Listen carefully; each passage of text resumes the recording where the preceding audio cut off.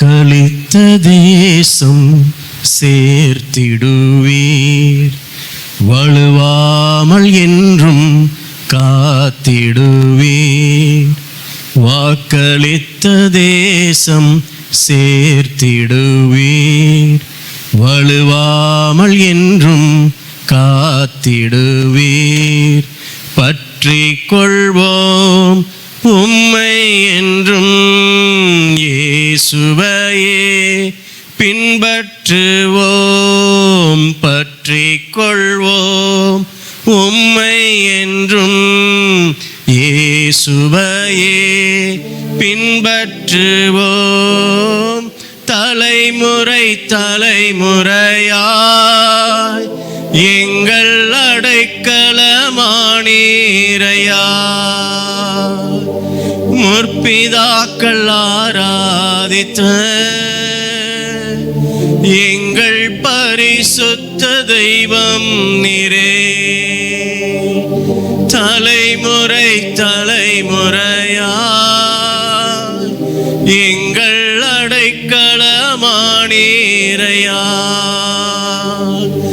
முற்பிதாக்கள் ஆராதித்த எங்கள் பரிசுத்த தெய்வம் நீரே.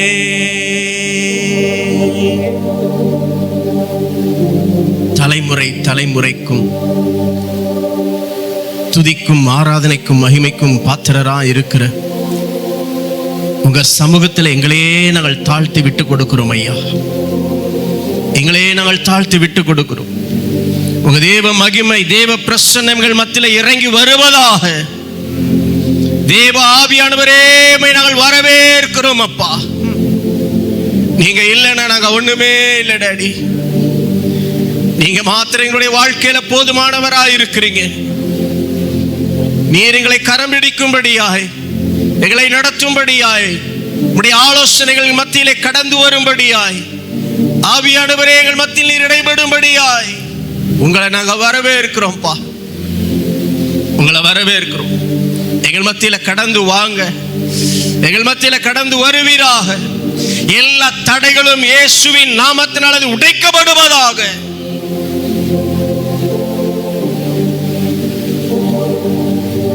ஒரு மனதை கெடுக்கக்கூடிய ஆவிகள், உன்னச கெடுக்கக்கூடிய ஆவிகள், அது இயேசுவின் நாமத்தினால இப்பொழுதே வெளியேறுவதாக.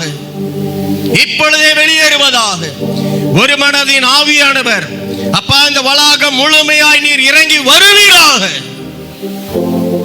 தேவ பிரசன்னம், தேவ மகிமை ஒவ்வொருவரையும் ஆட்கொள்ளுவதாக. ரச்சா ஒவ்வொருவரையும் ஆட்கொள்ளட்டும், ஒவ்வொருவரையும் ஆட்கொள்ளட்டும்.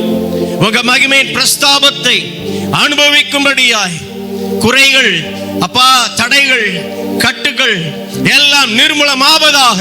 எல்லா வியாதியின் கூறுகள் இயேசுவின் நாமத்தினாலே அறுக்கப்படுவதாக. உங்க தேவ பிரசன்னம் ஒவ்வொருவரை மாட்கொள்ளட்டும் அப்பா. ஒவ்வொருவரை மாட்கொள்ளட்டும்.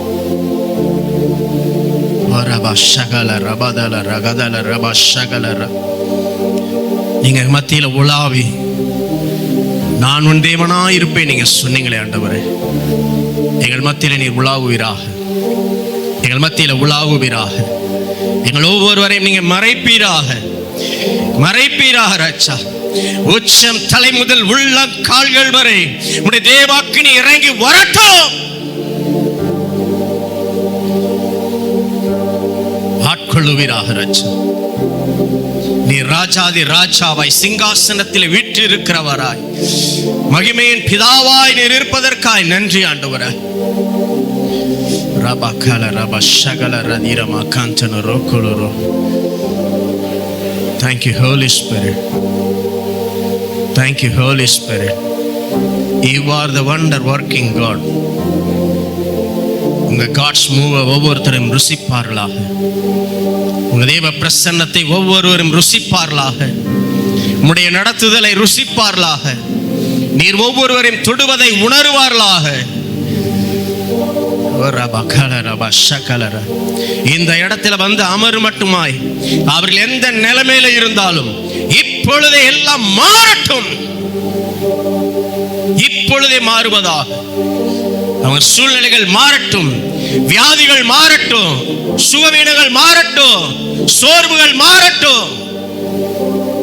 கர்த்தர் எங்களை பலப்படுத்துகிறவராய், எங்களை நிலைநிற்க பண்ணுகிறவராய், எங்களை உற்சாகப்படுத்துகிறவராய் எங்கள் மத்தியிலே உலாவுகிறதற்காய் நன்றி. நாங்கள் வார்த்தையை கேட்டுக் கொண்டிருக்கும் பொழுதே அற்புதங்கள் நடக்கட்டும் ஐயா. நாங்கள் வார்த்தைகளை கேட்கும் பொழுதே அதிசயங்கள் நடக்கட்டும்.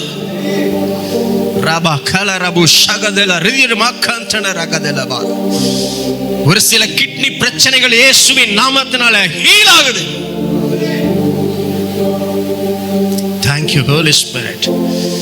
யூட்ரஸ் சம்பந்தப்பட்ட பிரச்சனைகள் அது இயேசுவின் நாமத்தினாலே இப்பொழுது சுகம் அடைவதாக. ரபால ரபுதின மகந்தன ரகதில பால ஓ ரபகல ரப ஷகதல ரதிர மனகந்தனரு. நீங்க மூவ் ஆகுங்க டாடி, நீங்க தொடுங்கப்பா. உங்க பிள்ளைகளை நீங்க தொடுங்க, உங்க பிள்ளைகளை நீங்க தொடுங்க. இதோ பயத்தினால கட்டப்பட்டு இருக்கிற ஒவ்வொரு ஆத்துமாக்களும் விடுதலை ஆக்கப்படுவார்களாக. எல்லா பயத்தின் ஆவிகளை இயேசுவின் நாமத்தினால் சபிக்கிறேன். Get out in the name of Jesus.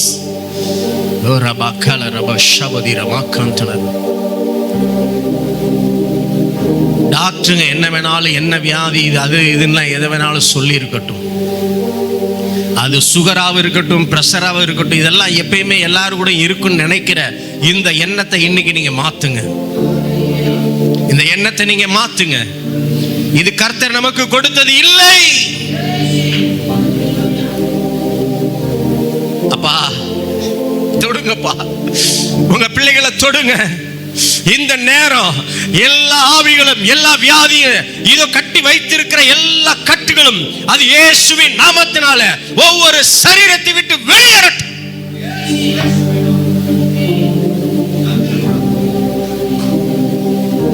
நாங்க விட்டு கொடுக்கிறோம்ப்பா. இனி இருக்கு நாங்க சொல்ல மாட்டோம், இனி இருக்கு நாங்க சொல்ல மாட்டோம். நாங்க புது சிருஷ்டி, எங்களுக்குள்ள பழசு இல்ல, எங்களுக்குள்ள பழசு இல்ல. எல்லாம் ஒளிந்து போயின, எல்லாம் ஒளிந்து போயின. ஒவ்வொருத்தருக்குள்ள நியூ ஹார்ட் நான் பேசுறேன் டாடி. யாருக்குள்ள ஹார்ட்ல அடைப்பு இருக்கோ அது இயேசுவின் நாமத்தினால எல்லா அடைப்புகளும் இப்பொழுதே நார்மல் ஆகட்டும்.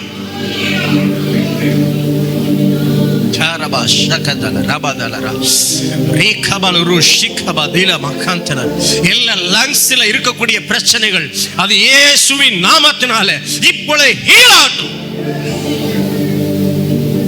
நியூ லங்ஸ் நாங்க பேசுவோம், நியூ லங்ஸ் நாங்க பேசுவோம். ரபகல ரபுல ரஹதலல ரேகபலுரி ஷகதல ரகதிர மாகாந்தனரு. எல்லா நரம்பு சம்பந்தப்பட்ட பிரச்சனைகள், இன்ஃபெக்ஷன்ஸ், அது எதுவா இருந்தாலும் இப்ப அது ஹீல் ஆகட்டும் இயேசுவின் நாமத்தினால. இப்பொழுதே அது சுகமடைவதாக. Thank you Holy Spirit.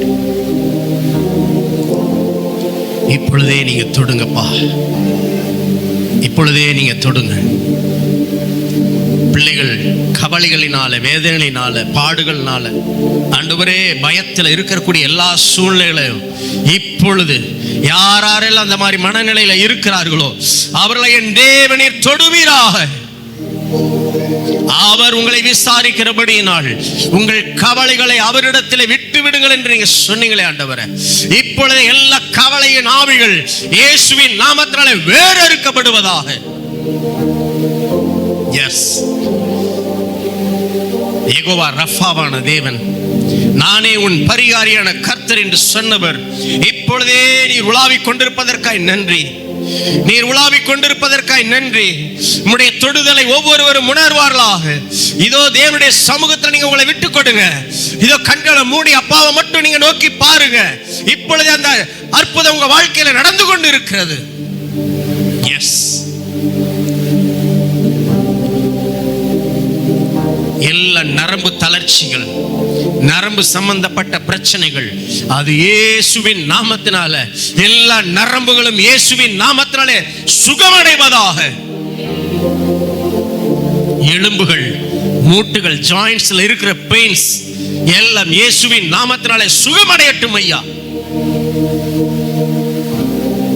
Thank you Holy Spirit. கண் பார்வைகள்ல ஆண்டவரே இருக்கக்கூடிய பிரச்சனைகள், அது இயேசுவின் நாமத்தினால சுகம் அடையட்டும், சுகம் அடையட்டும்.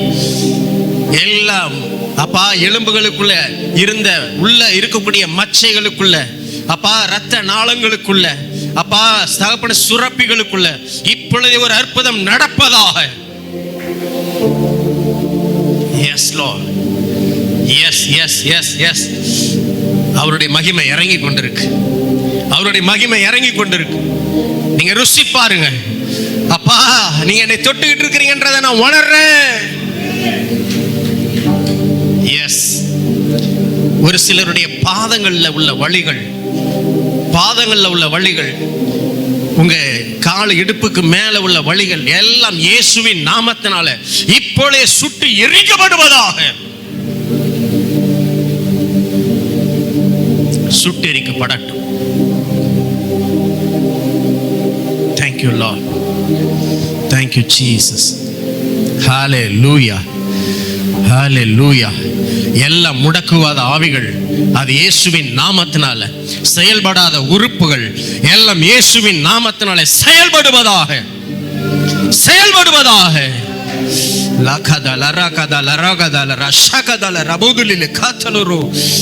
Yes, yes, yes. Thank you Lord. Thank you Jesus. அடிக்கடி தலை பாரத்தினால பாடுபட்டு கொண்டிருக்கிற நம்முடைய பிள்ளைகள் இப்பொழுதே சுகம் அடைவார்களா? எல்லா தலைவலிகள் இயேசுவின் நாமத்தினாலே சுகமடையட்டும். Yes Lord. Yes Lord. எல்லா பிள்ளைகளுடைய வாழ்க்கையில் இருக்கக்கூடிய சாபங்கள், ஆண்டவரே திருமண தடைகள், ஆண்டவரே குழந்தை இல்லாத தன்மை, மலட்டு தன்மைகள் இயேசுவின் நாமத்தினாலே இப்பொழுதே மாறுவதாக. வரக்கூடிய வருமானத்தை திருடி கொண்டிருக்கிற பிசாசே, நீ இயேசுவின் நாமத்தினால இதோ அவருடைய பிள்ளைகளிடத்திலிருந்து வெளியேறு.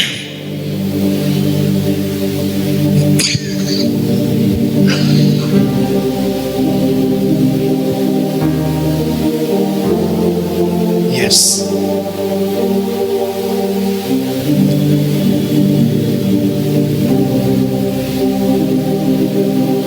Yes. இப்பொழுது உம்முடைய சுவாசத்தை நான் பேச, உங்க சுவாசத்தை பேசுறேன். இப்பொழுதே எங்க சுவாசம் ஒவ்வொரு மேலும் இறங்கி வருவதாக. பிரீத்திங்ல யார் யாருக்கெல்லாம் பிரச்சனை இருக்கோ அதெல்லாம் ஹீல் ஆகட்டும். எஸ், ஹீல் ஆகட்டும். தேங்க்யூ. இடம் வாங்கணும், வீடு கட்டணும் நினைக்கிறவங்க, அவர் தனிமையானவர்களுக்கு வீடு வாசலை ஏற்படுத்துகிற தேவன். இப்பொழுதே இப்பொழுதே பரலோகத்திலிருந்து ஃபினான்சியல் பிரேக் த்ரூ உண்டாகட்டும் இயேசுவின் நாமத்தினால. எஸ் லார்ட், உமக்கு நன்றி, உங்களுக்கு நன்றி சொல்றோம். வயிற்று சம்பந்தப்பட்ட எல்லா பிரச்சனைகளும் இயேசுவின் நாமத்தினாலே சுகம் அடையட்டும். எல்லா பில்லி சுனி ஆவிகள், ஏவல்கள் எல்லாம் இயேசுவின் நாமத்தினாலே சுட்டி எரிக்கப்படுவதாக. எல்லா மாந்திரிக கட்டுகள் அறுக்கப்படுவதாக. எஸ் லார்ட், உங்க கரத்துல கொடுக்கிறோம்ப்பா, நீங்க பலப்படுத்துவீராக. உங்க பலன் ஒவ்வொருவரையும் நிரப்பட்டும்பா. ஆவியானவரே, உங்க நாம மகிமைப்படட்டும். இந்த வார்த்தைக்கு நேராக எங்களை விட்டு கொடுக்கிறோம்.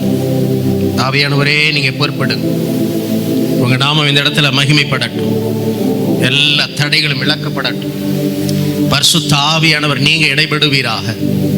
நாங்கள் குறைவுள்ளவர்கள் ஆண்டவரே, நிறைவான தேவன் நீங்க இந்த இடத்துல எங்கள் மத்தியில் இடைபடுவீராக. உங்க தேவ பிரசன்னம் ஒவ்வொருவரையும் ஆட்கொள்ளட்டும். இயேசுவின் நாமத்தினால பிதாவே, ஆமென், ஆமென், ஹல்லேலூயா. ஆண்டவர் அதிக பேரை தொட்டிருக்கிறார். எத்தனை பேர் உணர்ந்திருக்கிறீங்க? ஹல்லேலூயா. கைகளை உயர்த்தி பரலோகத்துக்கு நேரா காமிங்க. ஏன்னா இன்னைக்கு பார்க்கிற இந்த சூழ்நிலையை இனி பார்க்க போறது இல்லை. ஹல்லேலூயா.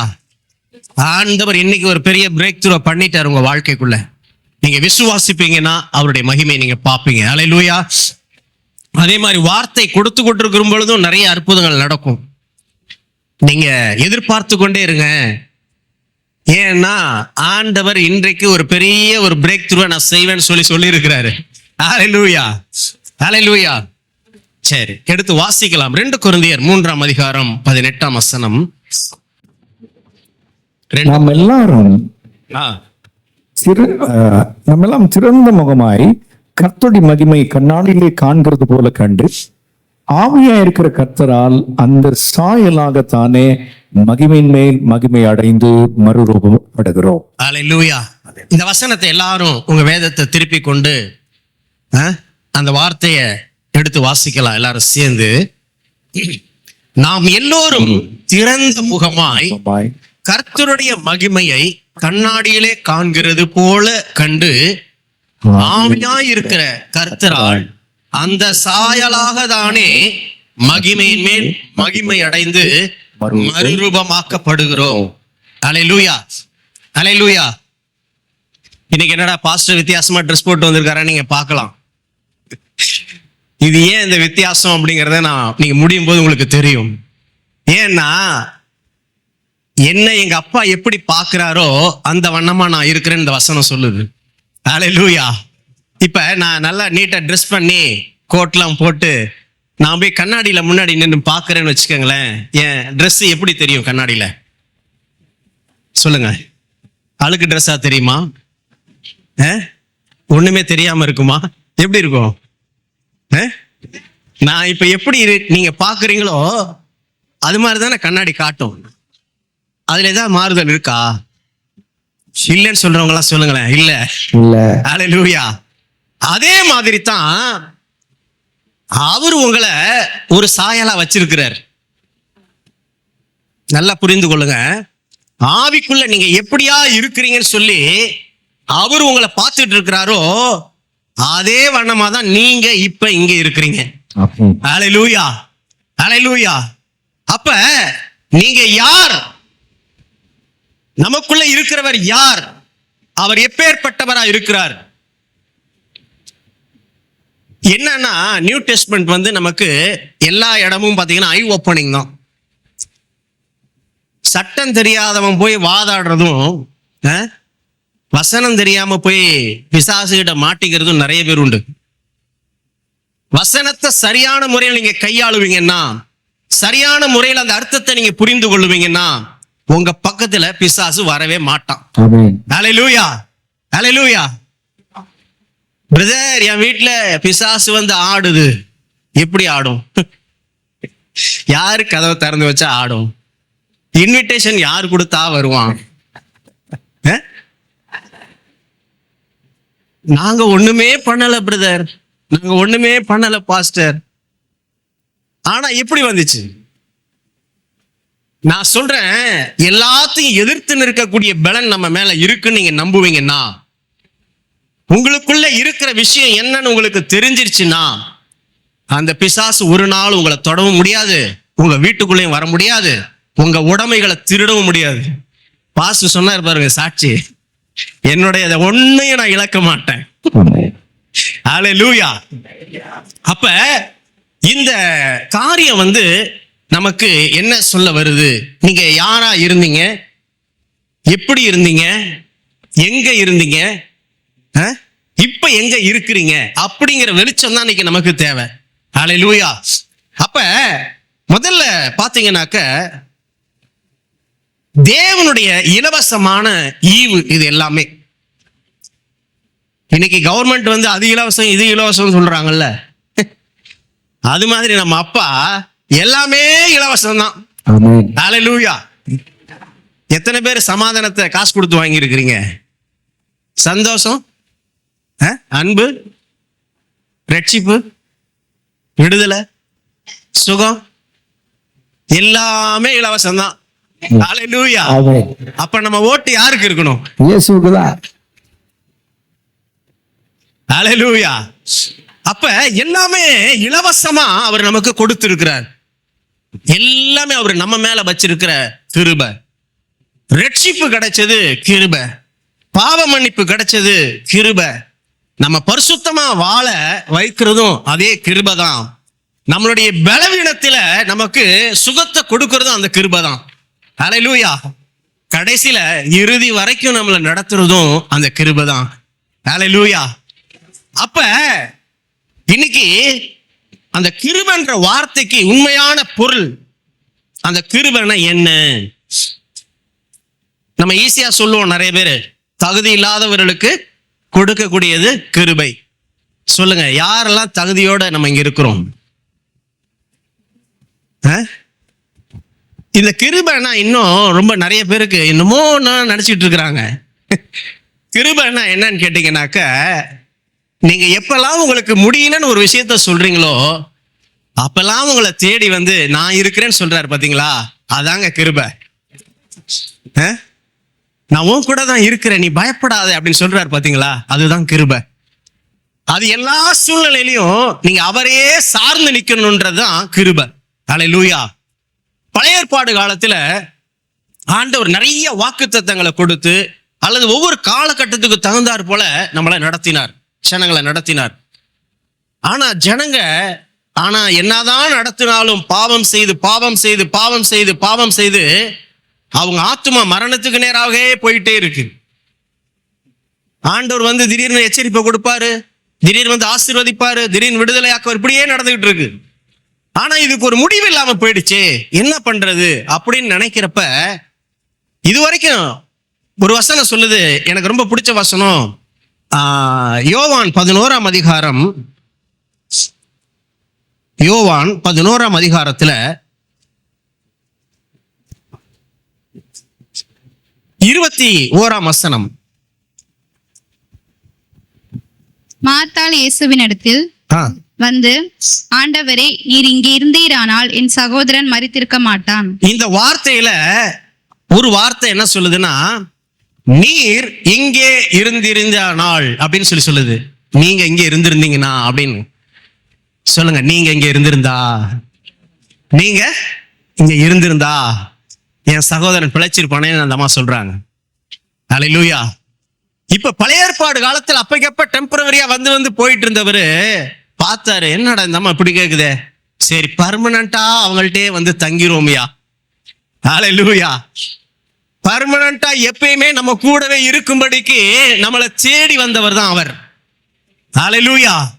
இப்ப எங்க இருக்கிறார் அப்படின்னா, அவர் எனக்குள்ளதான் இருக்கிறார் அப்படிங்கறதான் விஷயம் நமக்கு சொல்லி கொடுக்குது. ஹல்லேலூயா. இப்ப இந்த வெளிச்சம் தான் நமக்கு இன்னைக்கு தேவையா இருக்கு. ஒரு விஷயம் நல்லா புரிந்து கொள்ளுங்க, நான் ஏற்கனவே சொல்லி இருந்தாலும் இந்த விஷயத்தை நான் திருப்பி ரிமைண்ட் பண்ண வேண்டிய இடத்துல இந்த இடத்துல நான் இருக்கிறேன். அதனால இந்த விஷயத்தை நான் உங்களுக்கு திரும்பியும் சொல்ல வேண்டிய கட்டாயத்துக்குள்ளேயும் இருக்கிறேன். ஏன்னா நிறைய பேர் கிருபை அப்படின்ற இடத்துல அல்லது நீங்க யாருன்ற இடத்துல நிறைய மிஸ்டேக் பண்ணிக்கிட்டே இருக்கிறோம். எப்ப பார்த்தாலும் நம்ம ஜெபம் எப்படியா இருக்கு சொல்லுங்க, உங்க ஜெபம் எப்படி இருக்கு? நீங்க யாருன்ற வெளிச்சத்துல இருந்து எத்தனை பேர் ஜெபிக்கிறீங்க? எத்தனை பேர் ஆண்டவர்கிட்ட கெஞ்சி, எப்படி ஆகில எனக்கு கொடுங்க ஆண்டவரே, நான் குப்பை, நான் பரதேசி, பிச்சைக்காரன், என்னென்னலாம் சொல்லணுமோ சொல்லி நான் தகுதி இல்லாதவங்க தான், இதெல்லாம் நீங்க சொல்லி ஜெபிப்பீங்கன்னா உங்க ஜெபத்தை ஆண்டவர் பார்த்து உண்மையாவே அருவருப்பாரு, கேவலமா நினைப்பார். ஏன் அப்படின்னா, நீங்க யாருன்னு உங்களுக்கு தெரிஞ்சா, நீங்க ஆராதிக்கிற தேவன் யாருன்னு நீங்க தெரிஞ்சுக்கிட்டீங்கன்னா உங்க ஜெபம் இப்படி இருக்காது. இன்னைக்கு உங்க ஜெபத்துக்கு ஒரு முடிவு கட்டுங்க. நீங்க இப்படி ஜெபிக்கிற ஒரு ஆளா இருப்பீங்கன்னா, நான் இனிமேல் இந்த வார்த்தைகளை சொல்லவே மாட்டேன், நான் ஒரு குப்பை ஆண்டவரே. அப்படியே உள்ள இருக்கணும், எங்க இருக்கணுமோ இருக்க வேண்டியதானே. குப்பை எங்க இருக்கணுமோ அங்கதான் இருக்கணும்.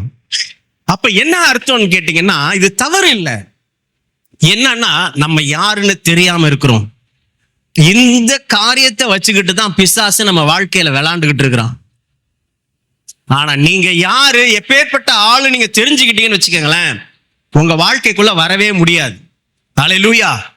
அப்ப அந்த வெளிச்சம் உங்க வாழ்க்கைக்குள்ள வரணும் அப்படிங்கிறது தான் தேவனுடைய சித்தமா இருக்கிறது. அப்ப ஏற்கனவே நான் உங்களுக்கு சொன்னதை ஒரு ரீகேப்பா பண்றேன். நான் இந்த இடத்துல ஏற்கனவே அந்த செய்தியை கொடுத்திருக்கிறேன், நான் நம்புறேன். நம்ம யாருன்ற ஒரு காரியத்தை நான் ஏற்கனவே பேசியிருக்கிறேனா? ஞாபகம் இருக்கா? என்ன பிரதர், போன வாரம் கொடுத்த செய்தியே எங்களுக்கு தெரியாது. நீங்க 2 மாசத்துக்கு முன்னாடி கொடுத்ததெல்லாம் வீடியோல இருக்குங்க. தயவு செய்து சொல்றேன், இங்க யார் நின்று பேசினாலும் அந்த வார்த்தைகள் யாருக்காக பேசுறாங்கன்னா, இங்க நின்று பேசுறவங்க கிடையாது. ஆவியானவர் உங்க மேல வச்சிருக்கிற அன்புனால பேசுறாரு. தயவு செய்து மிஸ் பண்ணிடாதீங்க, தயவு செய்து மிஸ் பண்ணிடாதீங்க. நான் ரீகேப் பண்றேன், ஒரு விஷயத்தை நீங்க புரிந்து கொள்ளுங்க. நம்ம யாரா இருந்தோம்னு சொல்லி நான் ஒரு செய்தியில பேசியிருக்கேன். எபேசியர் 2ஆம் அதிகாரம் 12ஆம் வசனத்தை எடுத்து வாசிக்க கேட்கலாம். எபேசியர் 2:12. எபேசியர். அக்காலத்திலே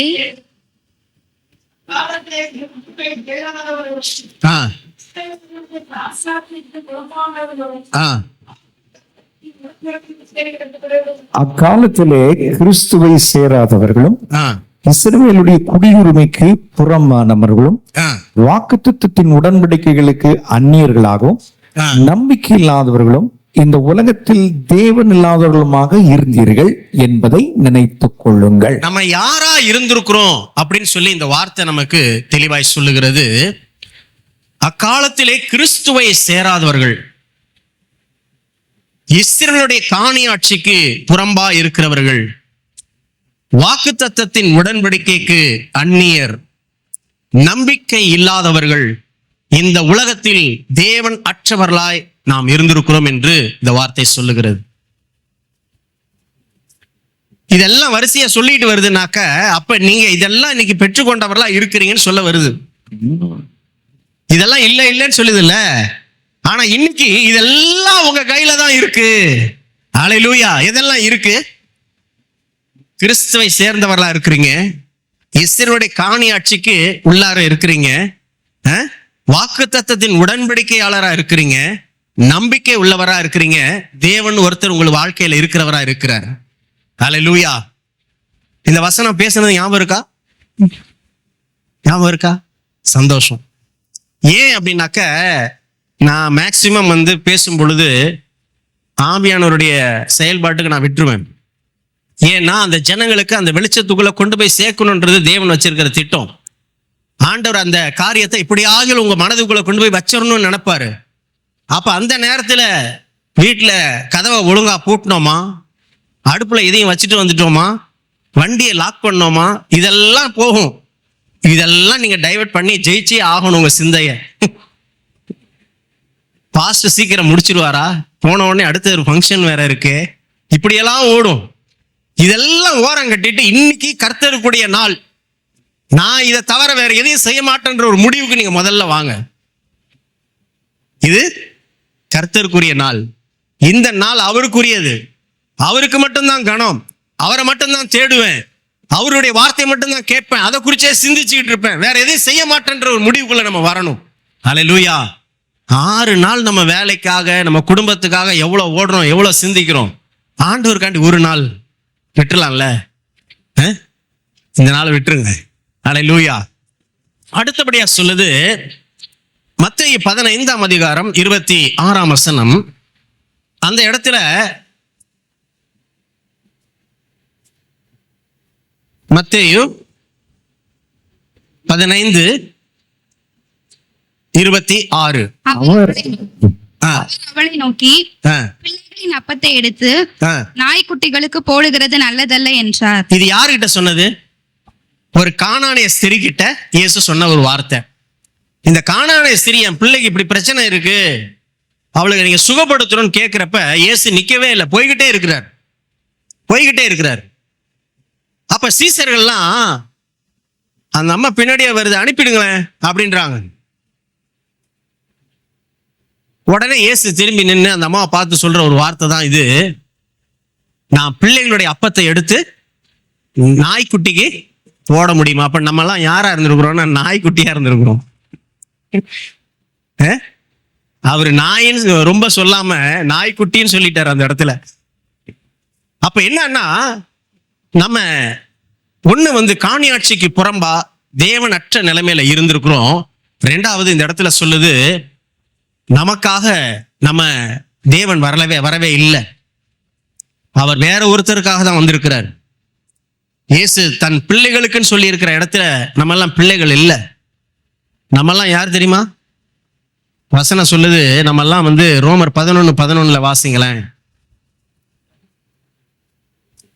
ரோமர் 11:11. இப்படி இருக்க விழுந்து போகும் படிக்கா இடறினார்கள் என்று கேட்கிறேன். அப்படி அல்லவே, அவர்களுக்குள்ளே வைராக்கியத்தை எழுப்பத்தக்கதாக அவர்களுடைய தவறுதலினாலே பிற ஜனங்களுக்கு ரட்சிப்பு கிடைத்தது.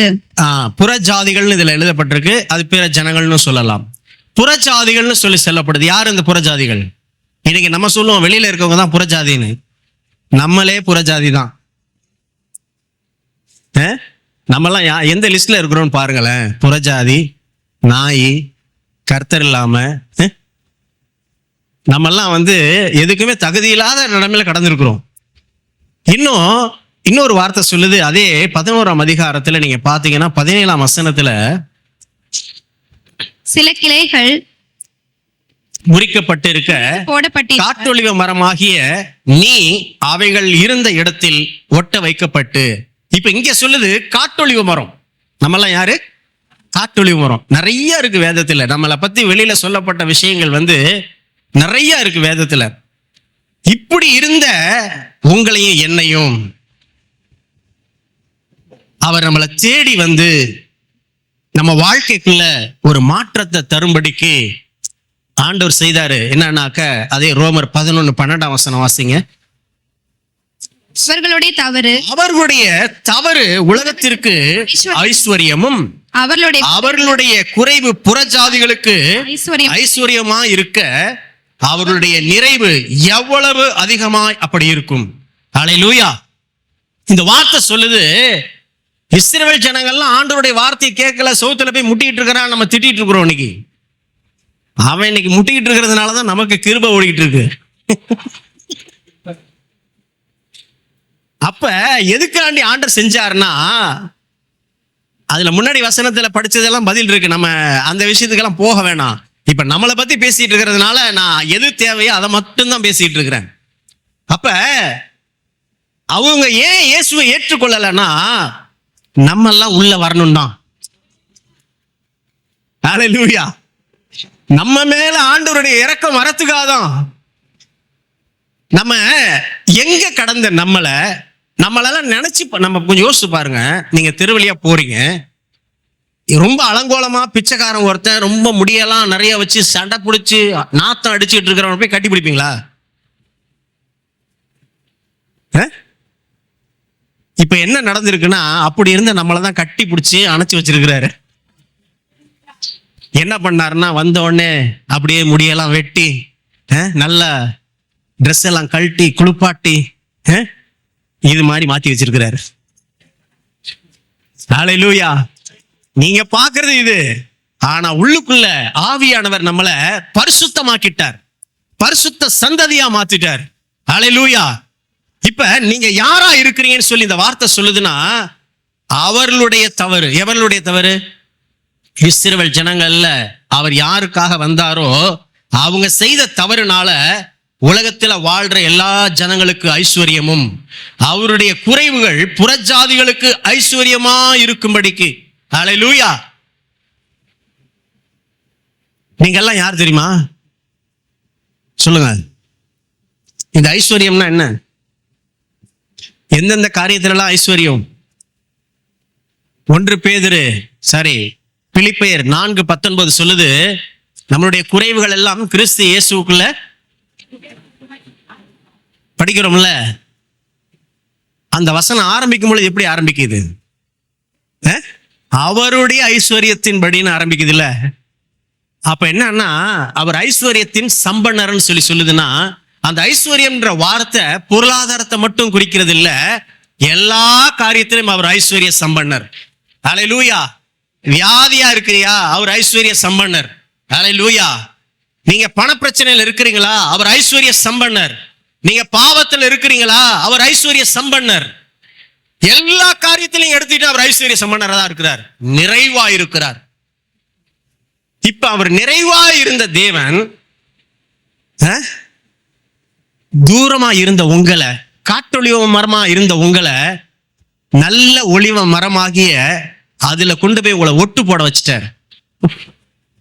உங்களையும் என்னையும் நல்ல ஒளிவ மரத்தினுடைய சில கிளைகள் தரிக்கப்பட்டு காட்டொளிவ மரமாகிய நம்மளை கொண்டு போய் ஒட்டு போட்டு வச்சுட்டாராம். ஹல்லேலூயா. இப்ப அந்த வசனத்தினுடைய முடிவு 18ஆம் வசனம் பாருங்க, 17. காட்டொளிவ மரமாகிய நீ அவைகள் இருந்த இடத்தில் ஒட்டு வைக்கப்பட்டு ஒளிவ மரத்தின் வேருக்கும் சாரத்துக்கும் உடன் பங்காளி. என்ன வார்த்தை பாருங்க. இந்த ஒரு வார்த்தையினுடைய அர்த்தத்தை நீங்க புரிஞ்சிட்டீங்கன்னு வச்சுக்கோங்களேன். அவரு இஸ்ரவேல் ஜனங்களுக்கு என்னென்னலாம் கொடுக்கணும்னு அவர் கொண்டு வந்தாரோ அதை எல்லாத்தையும் உங்களுக்கு நான் கொடுக்கிறேன்னு சொல்லி கொடுத்துட்டாரு. ஹல்லேலூயா. அப்ப என்ன அர்த்தம்னு கேட்டீங்கன்னா, அதனாலதான் வேத வார்த்தை சொல்லுது, ரோமர் 8ஆம் அதிகாரத்தில் 32ஆம் வசனத்தை நீங்க வாசிப்பீங்கன்னா, உங்களுக்காக அவரே கொடுத்துட்டாரு, மத்த எல்லாத்தையும் உங்களுக்கு அருளாது இருப்பது எப்படி அப்படின்னு வசனம் கேக்குது. ஹல்லேலூயா. பாத்தீங்கன்னாக்க நீங்க இப்ப எங்க இருக்கிறீங்க அப்படிங்கிறத நீங்க வேதம் நமக்கு என்னவா சொல்லுது. இதெல்லாம் நம்ம ஏற்கனவே நான் உங்களுக்கு சொன்னது உங்களுக்கு ஞாபகம் இருக்கா? நான் சொன்னது ஞாபகம் இருக்கா? இல்லையா? சொல்லலையா? எபேசியர் 2ஆம் அதிகாரத்துல, எபேசியர் 2ஆம் அதிகாரம் 3, 4, 5 வசனங்கள். அவர்களுக்குள்ளே நாம் எல்லாரும் முற்காலத்திலே நமது மாம்ச இச்சையின்படியே நடந்து நமது மாம்சமும் மனசும் விரும்பினவைகளை செய்து சுபாவத்தினாலே மற்றவர்களை போல கோபாக்கினின் பிள்ளைகளா இருந்தோம். நம்ம யாரா இருந்தோம்னா கோபாக்கினுடைய பிள்ளையா இருந்தோம். இதான் நம்ம பழைய வாழ்க்கை. தேவனோ ஐஸ்வர்ய, தேவனோ இரக்கத்தின் ஐஸ்வர்யம் உள்ளவராய். பாருங்க இந்த இடத்துல இரக்கத்தின் ஐஸ்வர்யம். அப்ப இரக்கத்திலையும் யாரா இருக்கிறாரு? ஐஸ்வர்ய சம்பன்னர். ஹல்லேலூயா. நம்மில் அன்பு கூர்ந்த தம்முடைய மிகுந்த அன்பினாலே அக்கிரமங்களில் மரித்தவர்களாய் இருந்த நம்மை கிறிஸ்துவுடனே கூட உயிர்ப்பித்தார். கிருபையினாலே ரட்சிக்கப்பட்டீர்கள். ஹல்லேலூயா. எதனால நீங்க ரட்சிக்கப்பட்டிருக்கிறீங்க? நான் நல்ல கரெக்டா பர்ஃபெக்டா நான் வாழ்ந்தேன் தெரியுமா, அதனாலதான் ரட்சிக்கப்பட்டேன்னு சொன்ன ஒருத்தர் யாரா இருக்கிறீங்களா? இல்ல. ஏன்னா உங்களை விட பர்ஃபெக்டா இருக்கிற நிறைய பேர் வெளியில இருக்கிறாங்க, நிறைய பேர் இருக்கிறாங்க. ஆனா நீங்களும் நானும் முன்குறிக்கப்பட்டவங்க. ஹல்லேலூயா. அப்ப நம்மளை எப்படி தூக்கிட்டு வந்திருக்கிறாருன்னா, நான் சொன்னேன்ல, கந்தலா கடந்த நம்மள, அழுக்கா கடந்த நம்மள, நாற்றம் எடுத்த நம்மள அவர் நம்மளை தூக்கிக்கிட்டு வந்து அலங்கரிச்சு அவருடைய பரிசுத்தத்தினால, அவருடைய பரிசுத்த ஆவியினால நம்மளை மூடிட்டார். ஹல்லேலூயா. ஹல்லேலூயா. இப்ப ரட்சிக்கப்பட்டாச்சு. அடுத்தது 7ஆம் வசனம் பாருங்க. கிறிஸ்து இயேசுவுக்குள் நம்மை அவரோடு கூட எழுப்பி உன்னதங்களிலே அவரோடு கூட உட்காரவும் செய்தார். எங்க உட்கார்ந்து இருக்கிறீங்க? உன்னதத்துல அவரோடு கூட உங்களை உட்கார வச்சுட்டாருன்னா எந்த இடத்துக்குள்ள கொண்டு போய் வச்சுட்டாரு? கொஞ்சம் வேதத்தை படிச்சு பார்த்தீங்கன்னா, கொலேசியர் 1 அதிகாரத்துல 14-15 வசனங்கள்ல அவர் யாருன்னு வேதம் நமக்கு தெளிவாய் சொல்லுகிறது. அவர் யாருன்னு வேதம் சொல்லுது. அவர் இருக்கக்கூடிய இடத்துல உங்களுக்கு ஒரு பந்திய, ஒரு டைனிங்க, ஒரு சேரை உங்களுக்கு போட்டிருக்கிறாருன்னா நீங்க யாரு? அவர் இருக்கக்கூடிய இடத்துல உங்களை கொண்டு போய் உட்கார வச்சிருக்கிறாருன்னா எவ்வளவு பெரிய ஸ்லாக்கியம் பாருங்களேன். ஹல்லேலூயா. ஹல்லேலூயா. இதுதாங்க கிருபை, இதுதான் கிருபை. அததான் வசனம் சொல்லுது. 8ஆம் வசனம் பாருங்க. கிருபையினாலே விசுவாசத்தை கொண்டு ரட்சிக்கப்பட்டீர்கள், இது உங்களால் உண்டானதல்ல, இது தேவனுடைய ஈவு. ஹல்லேலூயா. ஒரு பாட்டுகளை, சேற்றிலிருந்து தூக்கினா கண்மலை மேல் நிறுத்தி. எங்க சேத்துல இருக்கிறதுக்கும் கண்மலையில வச்சிருக்கிறதுக்கு என்னங்க சம்பந்தம் இருக்கு? ஒரு செகண்ட், ஃபிராக்ஷன் ஆஃப் செகண்ட்ல நம்ம வாழ்க்கையை மாத்தின ஒரே ஒரு சம்பவம் எந்த காசு பணம் இல்லாம நமக்கு சமாதானத்தை, சந்தோஷத்தை, கிருபைகளை, பாதுகாப்ப, சுகத்தை, நம்ம எல்லா காரியங்களும் மேன்மையா இருக்கும்படி அவர் உயர்த்தி வச்சுட்டாரு. இன்னும் வசனம் சொல்லுது, 1 பேதுரு 2ஆம் அதிகாரம் 9ஆம் வசனத்தை எடுத்து வாசிக்க கேட்கலாம். 1 பேதுரு 2:9. Who am I அப்படின்ற இடத்துல இதெல்லாம் உள்ள வருது. நான் யார் அப்படின்னு கேள்வி நீங்க கேட்பீங்கன்னா, நீங்க யாரா இருக்கிறீங்க இந்த வசனம் எல்லாம் உங்களுக்கு பதில் சொல்லுது. நீங்களோ நீங்களோ உங்களை அந்தகாரத்தை நின்று தம்முடைய ஆச்சரியமான ஒளி நிலத்திற்கு வரவழைத்தவருடைய புண்ணியங்களை அறிவிக்கும் படிக்கு தெரிந்து கொள்ளப்பட்ட சந்ததியாயும் ராஜரீகமான ஆசாரிய கூட்டமாயும் பரிசுத்த தேசமாயும் அவருக்கு சொந்த ஜனமாயும் இருக்கிறீர்கள். ஹல்லேலூயா, ஹல்லேலூயா, ஹல்லேலூயா. பக்கத்துல இருக்கிறவங்க பணக்காரங்களா, ஏழையா, நல்ல ட்ரெஸ் போட்டிருக்காங்களா, நம்மள மாதிரி விலை உயர்ந்த ட்ரெஸ் போடலையே, என்னங்க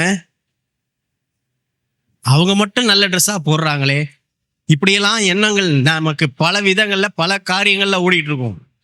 ஆனா ஆண்டவர் உங்களை பார்க்கிறது எப்படி பார்க்கிறாரு அப்படின்னு பாத்தீங்கன்னா, இந்த வசனம் சொல்லுது, நீங்களோ உங்களை அந்தகாரத்தினின்று தம்முடைய ஆச்சரியமான ஒளியினிடத்திற்கு,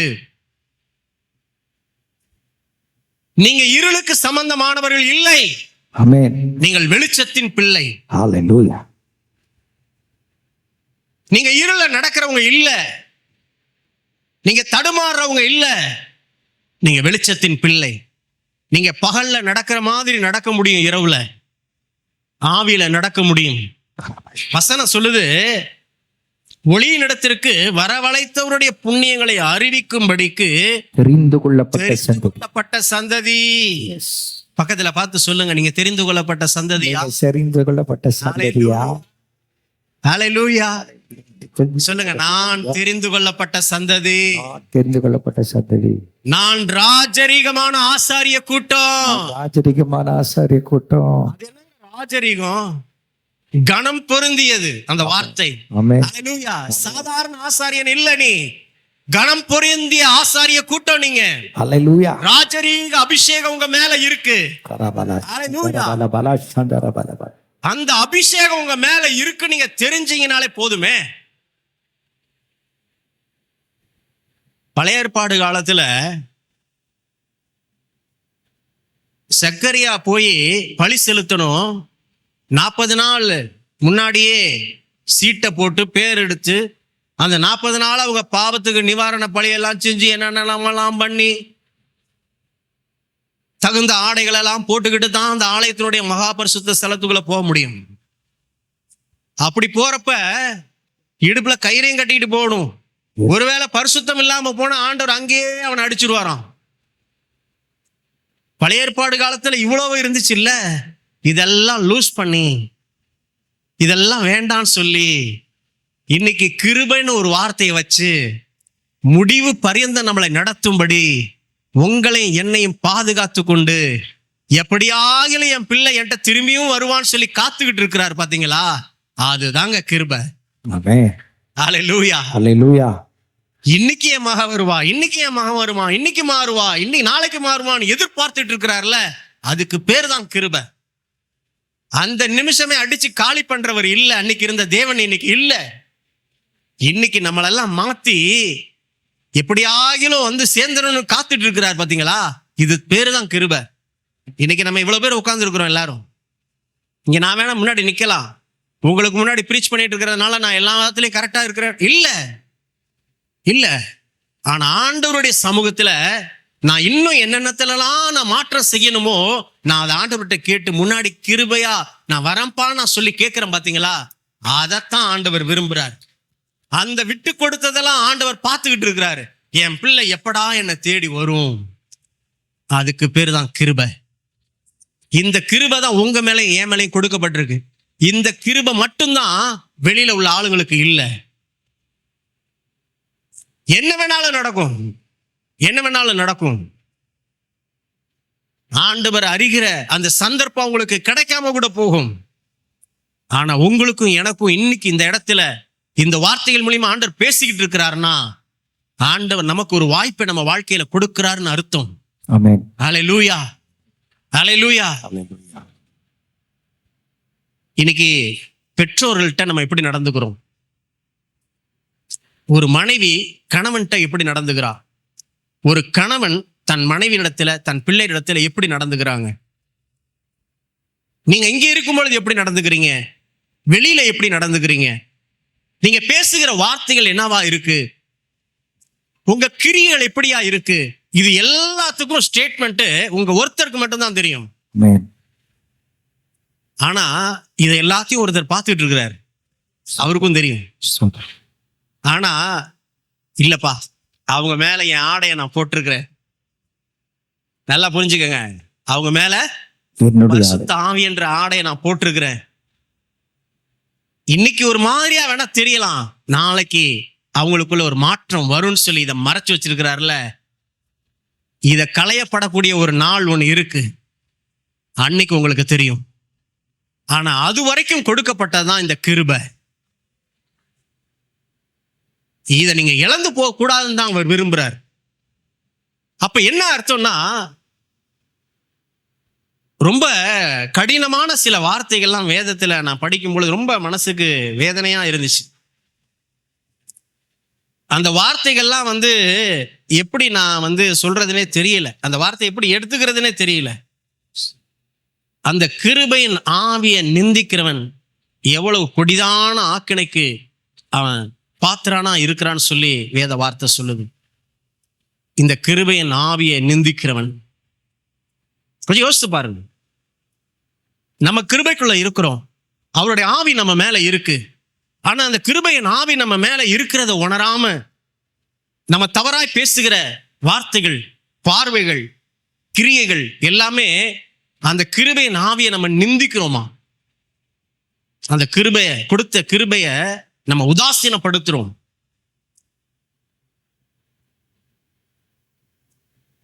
இது என்ன அர்த்தம்னு சொல்லி கேட்டா, உங்க வாழ்க்கையில ஒரு பண தேவையா இருக்கு, ஒரு சிலருக்கு முழுமையான விடுதலை தேவையா இருக்கு, ஒரு சிலருக்கு சுகம் தேவையா இருக்கு. ஒருத்தர் அதை கொடுக்க உங்க வீடு தேடி வராங்கன்னு வச்சுக்கோங்க, நீங்க என்ன பண்ணுவீங்க?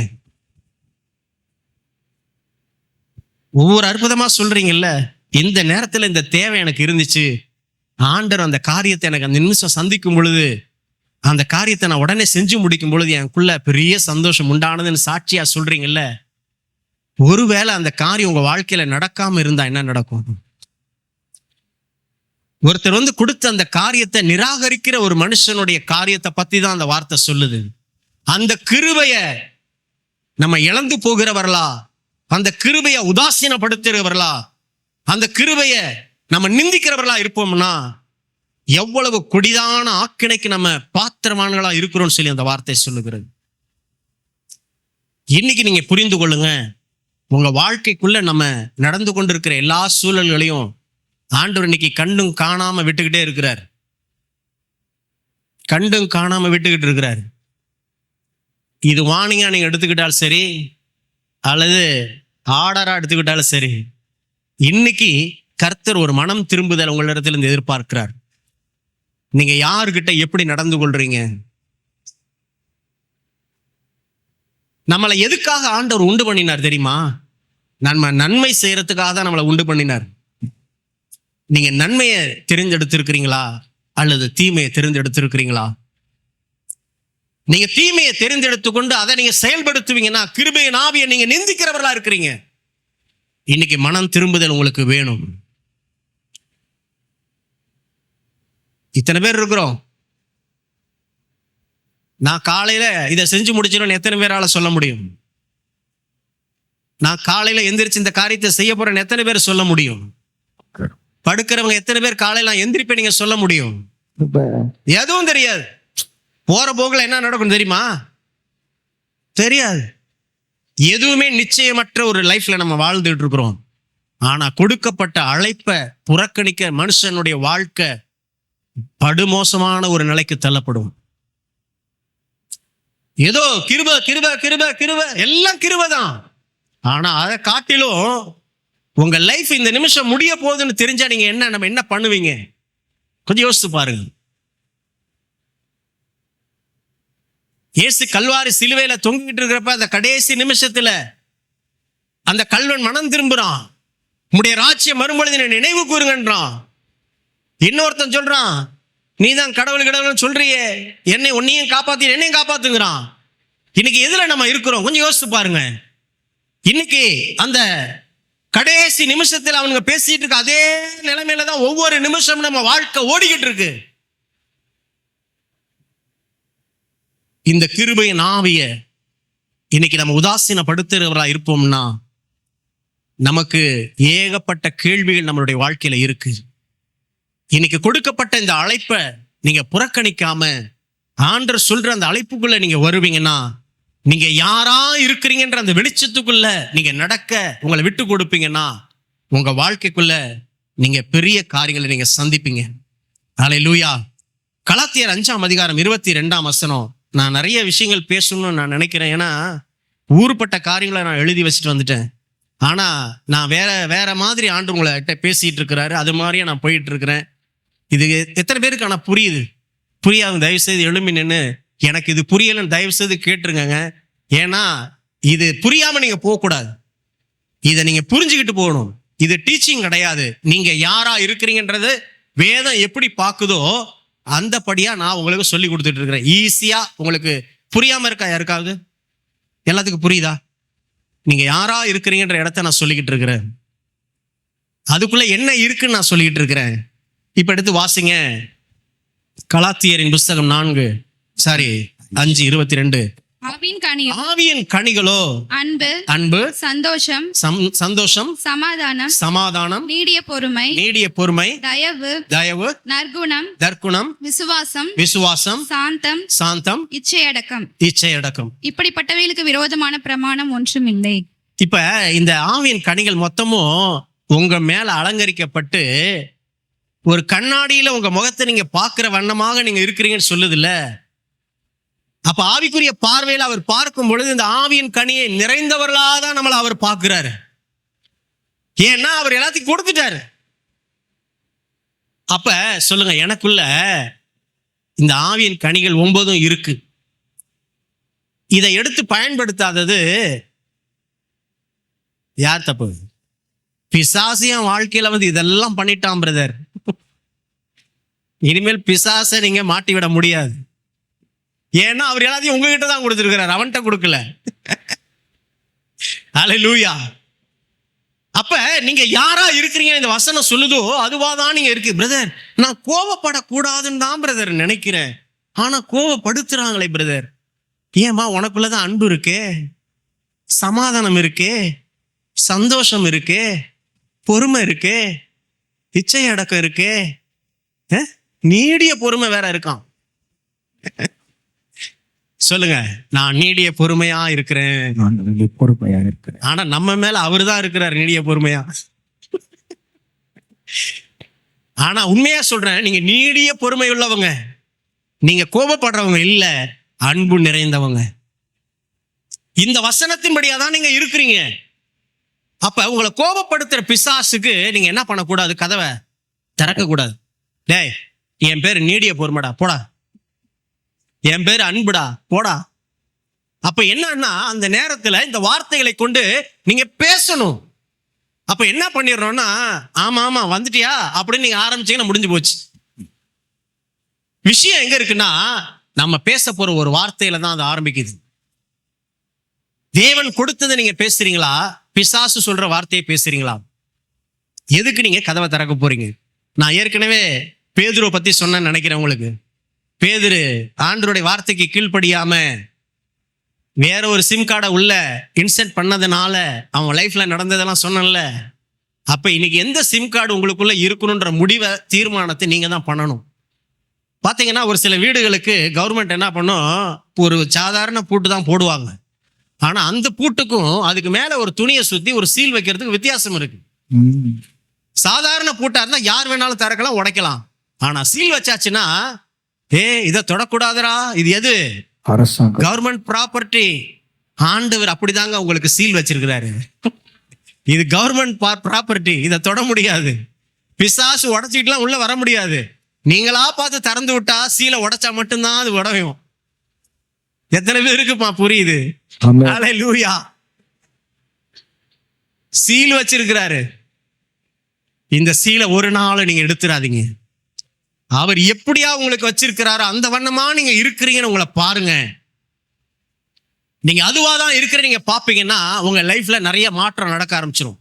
இந்த செய்தி எத்தனை பேருக்கு புரிய ஆரம்பிக்குதோ இப்பவே இந்த நேரத்துல டெலிவரன்ஸ் நடந்துகிட்டு இருக்கு. டெலிவரன்ஸ் நடக்குது. ஏன்னா வசனம் சொல்லுது, யோவான் 8:32 சொல்லுது, சத்தியத்தையும் அறிவீர்கள், சத்தியம் உங்களை. உண்மைதானே அந்த வசனம்? ஆமென். அப்ப அந்த வார்த்தை இங்க நடக்கும். இது சத்தியம்னா நான் பேசுற சத்தியம். இன்னைக்கு அற்புதம் நடக்கும், விடுதலை நடக்கும். நீங்க சொல்லுவீங்க, நிறைய மாற்றங்கள் எங்க வாழ்க்கையில நடந்துச்சு நீங்க சொல்லுவீங்க. ஹல்லேலூயா. எப்பயுமே எல்லாருமே பிரேயர் கடைசியா தானே பண்ணுவாங்க. நான் ஏன் முன்னாடி பண்ண தெரியுமா? இதெல்லாம் நல்லா தெளிவா உள்ள போகணும்னு தான். முன்னாடியே சுகத்தை கொடுங்கப்பா, விடுதலையை கொடுங்கப்பா, சமாதானத்தை கொடுங்கப்பா, சந்தோஷத்தை கொடுங்க, எல்லாத்தையும் கொடுத்துருங்க. பிள்ளைங்க ஃப்ரீயா கேட்கணும். ஹல்லேலூயா. அப்ப நீங்க யாரா இருக்கிறீங்க அப்படின்னாக்க இந்த வார்த்தையின்படியா நீங்க ஆவியின் கனிகள் உள்ளவர்களா இருக்கிறீங்க. எபேசியர் 1:3 சொல்லுது, நம்முடைய கர்த்தராகிய இயேசு கிறிஸ்துவின் பிதாவாகிய தேவனுக்கு ஸ்தோத்திரம். அவர்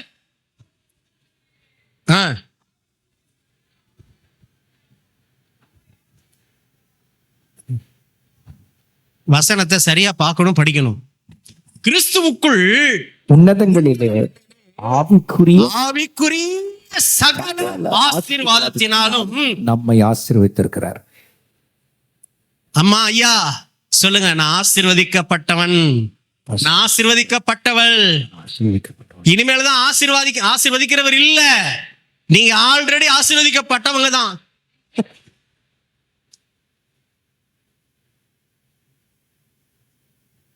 நான் ஆசீர்வதிக்கப்பட்டவன். நான் அதனால இனிமேல் யாரும் சொல்ல மாட்டேன் குப்பை. நான் அந்த வார்த்தையெல்லாம் சொல்லவே விரும்பல. இனிமேல் உங்க ஜெபத்தை மாத்திருங்க. எதெல்லாம் உங்களை அப்படி இப்படி நீங்க தாழ்த்திக்கணும்னு நினைச்சீங்களோ, வெளியரங்கமா பேசுனீங்களோ, அதெல்லாம் பிசாசு சொல்லி கொடுக்கிற வார்த்தை. நீங்க யாரா இருக்கிறீங்கன்ற அந்த வெளிச்சம் உங்களுக்கு வந்துருச்சுன்னா நான் சொல்றேன், நீங்க அதுவா நடந்துக்குவீங்க. கலாத்தியர் 4:6 சொல்லுது, கலாத்தியர் 4:6, ரோமர் 8:15, மேலும் நீங்கள் புத்திரராய் இருக்கிறபடியினால் அப்பா பிதாவே என்று கூப்பிடத்தக்கதாக தேவன் தமது குமாரனுடைய ஆவியை. யாருடைய ஆவிங்க? யாருடைய ஆவிங்க உங்களுக்குள்ள இருக்கிறாரு? யாருங்க குமாரன்? யாருங்க? இயேசுவா? மாற்றம் இல்லையே, மாத்தி பேச மாட்டீங்களே. சொல்லுங்க, குமாரனாகிய இயேசு கிறிஸ்துனுடைய ஆவிதான் என் மேல இருக்கு, எனக்குள்ள இருக்கு. பண்ணினாரு. என்னென்னலாம் பண்ணாருங்க? சும்மா வயிற்று வலி தாங்க சரி பண்ணாரு. நன்மை செய்கிறவரை சுற்றி தெரிந்தார். நன்மை செய்கிறவரா சுற்றி திரிந்தாரு. நோய்கள் எல்லாம் சுகப்படுத்தினாரு. செத்தவங்களெல்லாம் 3 நாள் ஆயும் உயிரோட எழுப்புனாரு. பாவ மன்னிப்பு கொடுத்தாரு. என்னென்னலாம் கொடுத்தாரு? எல்லாத்தையும் கொடுத்துட்டாருல. அவருடைய ஆவிதான் எனக்குள்ள இருக்கு. சொல்லுங்க, அவருடைய ஆவிதான் எனக்குள்ள. அவர் என்னென்ன வேலை எல்லாம் செஞ்சாரோ சொல்லுங்க, அவர் என்னென்ன வேலை எல்லாம் செஞ்சாரோ என்னென்ன வேலை எல்லாம் செய்ய முடியும். அந்த ஆவிதான் எனக்கு இருக்கு.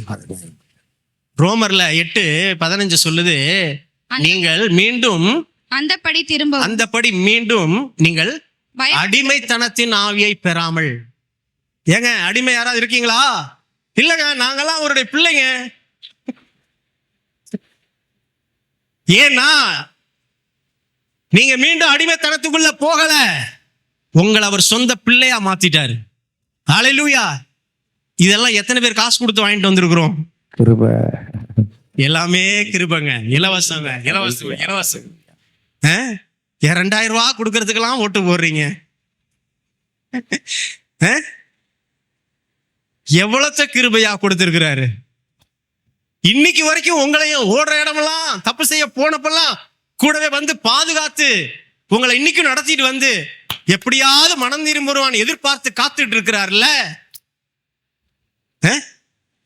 கொஞ்சம் யோசித்து பாருங்களேன்.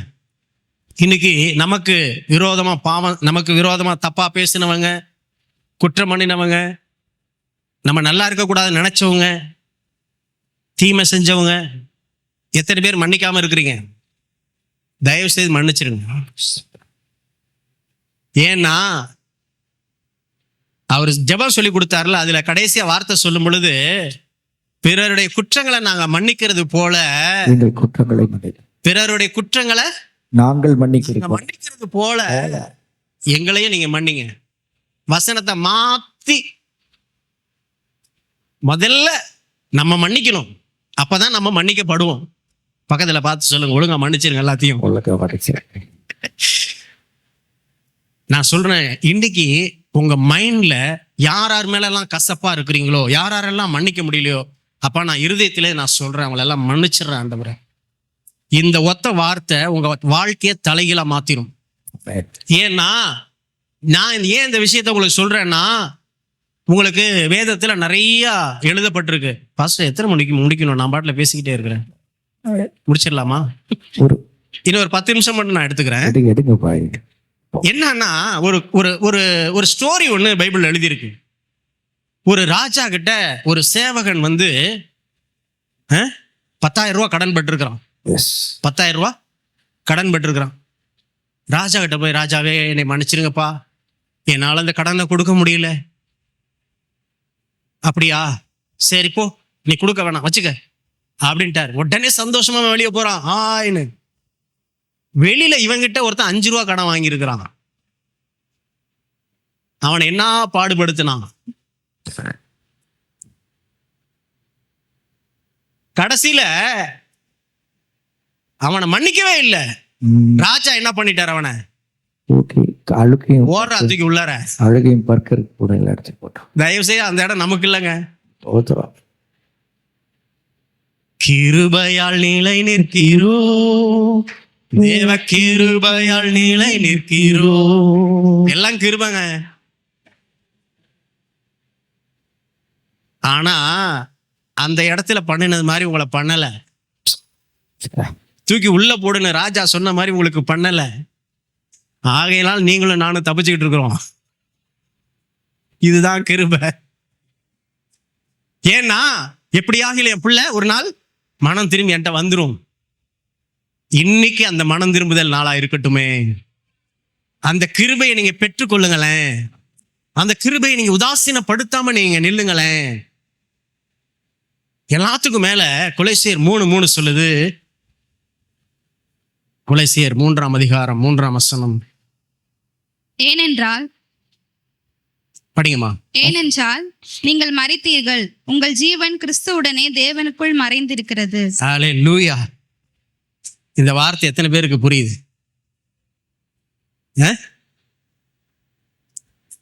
இந்த வார்த்தை சொல்லுது,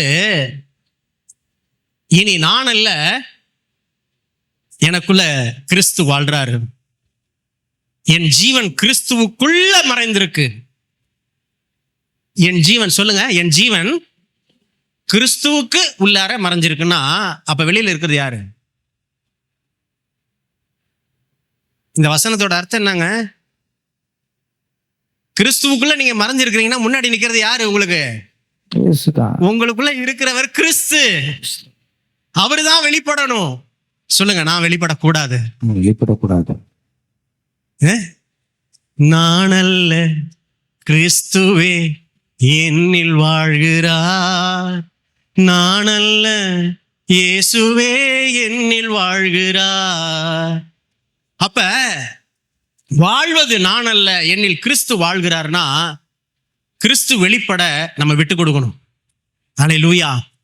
அப்ப எந்த அளவுக்கு கிருபைனா, எங்க கடந்த நம்மளை எங்க கொண்டு வந்து வச்சு இப்ப நமக்குள்ளவே இருக்கணும்னு நினைக்கிற இந்த கிருபைக்கு மேல வேற என்னங்க வேணும்? கொஞ்சம் யோசிச்சு பாருங்க. அப்பைக்கு எப்ப வந்து கொடுத்துட்டு போறது இல்ல கிருபை. எப்பயுமே நம்ம கூடவே இருந்து எல்லாத்தையும் நமக்கு கொடுத்துட்டாரே, நமக்கு எல்லாத்தையும் கொடுத்து அழகு பார்த்துக்கிட்டு இருக்கிறாரே, இதை விட பெரிய கிருபை என்னங்க? இல்லையே. அப்ப நீங்க யாரா இருக்கிறீங்க? நான் பிள்ளையா இருக்கிறேன், நான் ஐஸ்வர்ய சம்பனருடைய பிள்ளை, எனக்கு எந்த குறையும் கிடையாது, நான் புது சிருஷ்டியா இருக்கிறேன், நான் ராஜரிக ஆசாரிய கூட்டம், நான் அவருடைய பிள்ளை, என் மேல சகல அதிகாரத்தையும் அவர் கொடுத்திருக்கிறாரு, எல்லா ஆசீர்வாதமும் என் மேலதான் இருக்கு, நான் ஆசீர்வதிக்கப்பட்டவனா இருக்கிறேன். ஹல்லேலூயா. அப்ப இப்பேற்பட்ட ஒரு சுபாவம் உங்களுக்குள்ள வரும்னா, இப்பேற்பட்டவர்களா தான் நீங்க இருப்பீங்க, நீங்க நம்புவீங்கன்னா, இந்த வசனம் சொன்னது இதுதான் உண்மைன்னா நீங்க அதுவா தான் இருக்கிறீங்க. ஹல்லேலூயா. இப்ப படிங்க 2 கொரிந்தியர் 3ஆம் அதிகாரம் 18ஆம் வசனத்தை. 2 கொரிந்தியர் 3:18. நாம் எல்லாரும் திறந்த முகமாய் கர்த்தருடைய மகிமையை கண்ணாடியிலே காண்கிறது போல கண்டு ஆவியாய் இருக்கிற கர்த்தரால் அந்த சாயலாகத்தானே மகிமையின் மேல் மகிமை அடைந்து மறுரூபப்படுகிறோம். ஹல்லேலூயா. இப்ப தெரியுதா என்னன்னு? மகிமை மேல மகிமை அடைந்து மறுரூபமாய்க்கொண்டே இருக்கிறீங்க. இந்த வெளிச்சம் உங்களுக்குள்ள வர ஆரம்பிக்க ஆரம்பிக்க ஆரம்பிக்க நீங்க மறுரூபமாக்கப்பட்டு கொண்டிருக்கிறீங்க. ஹல்லேலூயா. எல்லாம் சரி செய்யப்பட்டு கொண்டிருக்குன்னு அர்த்தம் உள்ளுக்குள்ள. இப்ப உங்க சரீரத்துல ஏதோ சின்ன வியாதி, டாக்டர்கிட்ட போறீங்க, ஃபீவர் சொல்லிட்டு டாக்டர் என்ன பண்றாரு, ஏதோ மெடிசன் கொடுக்குறாரு. அதை சாப்பிட்ட உடனே நீங்க உங்க சரீரத்துல என்ன ஃபீல் பண்றீங்க? சுகம் வந்து அதை ஃபீல் பண்றீங்கல்ல.